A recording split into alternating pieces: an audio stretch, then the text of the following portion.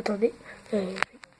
Alors bonjour à tous, c'est une nouvelle vidéo et aujourd'hui nous sommes sur un nouveau sur un top 10. C'est la première fois que j'en fais.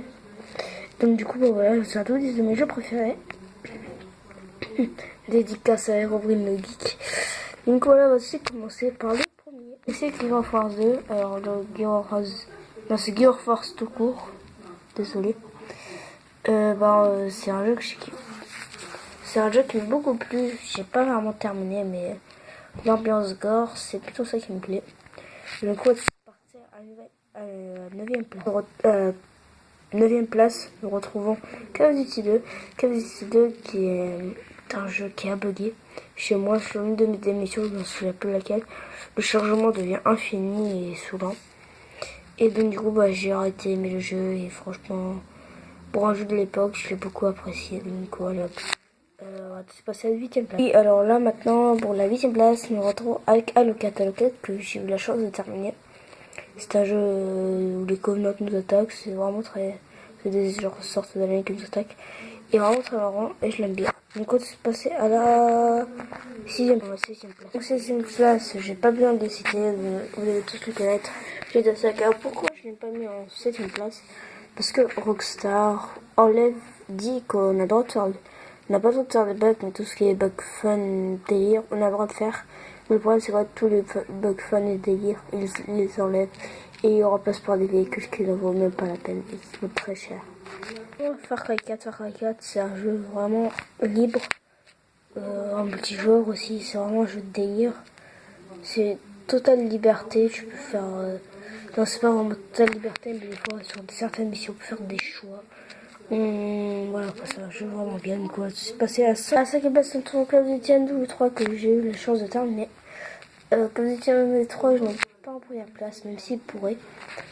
Mais c'est plutôt le graphisme qui m'ont un peu ennuyé. Enfin, on se sent pas vraiment dans l'action comme certains jeux où on se sent vraiment dans l'action. Tiens, par exemple, excusez-moi, la porte est ouverte avec le gosse qui criait. Voilà. Donc, du coup, on va aller passer à la 4ème place. Le petit cap qui fait chier. Alors, oui, c'est encore ouvert la porte. Donc, on se retrouve pour la 4ème place. Il y a le petit Black Ops. C'est un jeu qui m'a vraiment très plu. Le gameplay est très complet. Mais bon, pour moi, que le petit Black Ops, c'est parti en couille. Enfin, moi, je trouve que plus c'est futuriste, plus c'est de la merde. Enfin, excusez-moi d'extraction, mais franchement, plus c'est futuriste, il y a moins de gameplay. Par exemple, pour Black Ops 3, on peut grimper au mur. Limite, ils auraient dû même pas faire de suite. Mais si vous voulez faire une suite, il fallait vraiment rester dans le thème. Et puis, je comprends pas pourquoi ils ont enlevé. Enfin, c'était de Alex Mason à David Mason. Et après, j'en sais rien. Mais je suis sûr que c'est pas Mason. Donc voilà, on se retrouve avec notre 3ème place. Duty World at War. Comme Duty World at War, je l'ai depuis, je sais pas, depuis pas très longtemps. Et je suis vraiment content de l'avoir, c'est vraiment un très bon jeu. Le gameplay est pas très complet, les graphismes pas grave, mais c'est les missions qui ont été bien cherchées, bien trouvées. Mais bon, après les graphismes, mais bon, ça c'est un ancien jeu.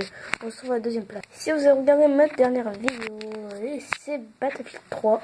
Bien sûr, Battlefield 3, ce fameux Battlefield 3. Ce Battlefield 3 est mieux que Call of. Pourquoi? Parce que les missions sont pas recherchées, comment dire. Enfin, on peut plus se déplacer, comment dire. C'est un peu... On doit toujours aller vers le même objectif, mais on peut un peu se déplacer. On peut très bien aller de droite à gauche, de milieu. On peut très bien rocher, camper. Ça, c'est bien ça. C'est aussi ces Black Ops, ils le font depuis...